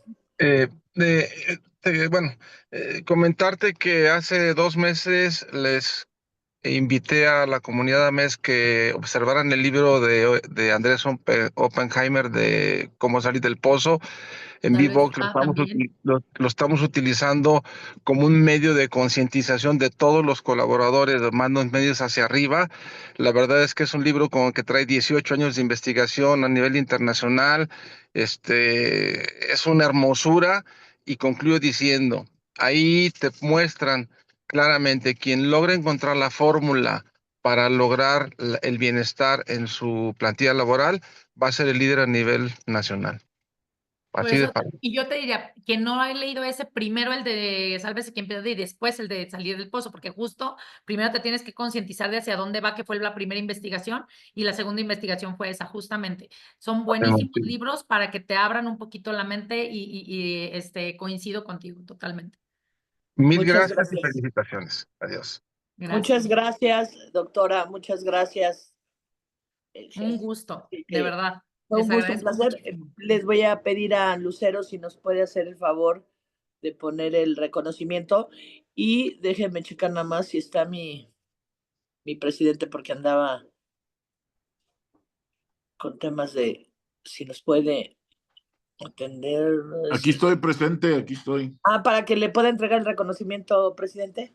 Con mucho gusto. Doctora Carla, muchas gracias. La verdad es que dice Fajardo que siempre le digo que nos espanta. Hoy quedé más que espantado. Como dices muy claramente, más que preocuparnos, deberemos empezar a ocuparnos en lo que viene. Y si hemos insistido tanto en estos temas, es porque sabemos que ahí está hoy lo que tenemos que hacer como industria. La industria de la seguridad privada, si bien tiene que ver también con otros temas de ciberseguridad, investigación, inteligencia, etcétera, si nuestra materia prima es el personal. Y si nosotros no entendemos que tenemos que, de alguna manera, no solamente alinearnos a estas políticas, sino además entender que son beneficios para nuestros trabajadores, que van a estar más a gustos, que siempre hemos dicho, hay mucha rotación. Sí, hay mucha rotación, pero necesitamos que la única manera de detenerla es darle mejores prestaciones, que estén más a gusto con nosotros, y es la mejor manera de que no se vaya. Mil gracias, estupenda tu participación, te la agradecemos mucho que hayas estado con nosotros. Y bueno, la Asociación Mexicana de Empresas de Seguridad Privada se reconoce y agradece a la doctora Carla Rojas Quesada por participar como conferencista en el tema Aspectos relevantes en materia laboral y seguridad social para empresas de seguridad privada. La sesión 218 durante la 6ª temporada de los Sábados del Capitán, firma el coordinador del programa que hoy tuvimos en su representación, y tu servidor y las 260 empresas que conforman la MES. Ciudad de México, a 15 de marzo del 2025. Muchísimas gracias. Muy buenos días. Gracias a ustedes. Que tengan un excelente día. Muchísimas gracias a todos y como diría el capitán, acabamos antes de las 12, ¿no? Ya damos damos por cerrada la plática. Si alguien quiere comentar algo, dejamos de grabar, Lucero, por favor, y ya podemos continuar.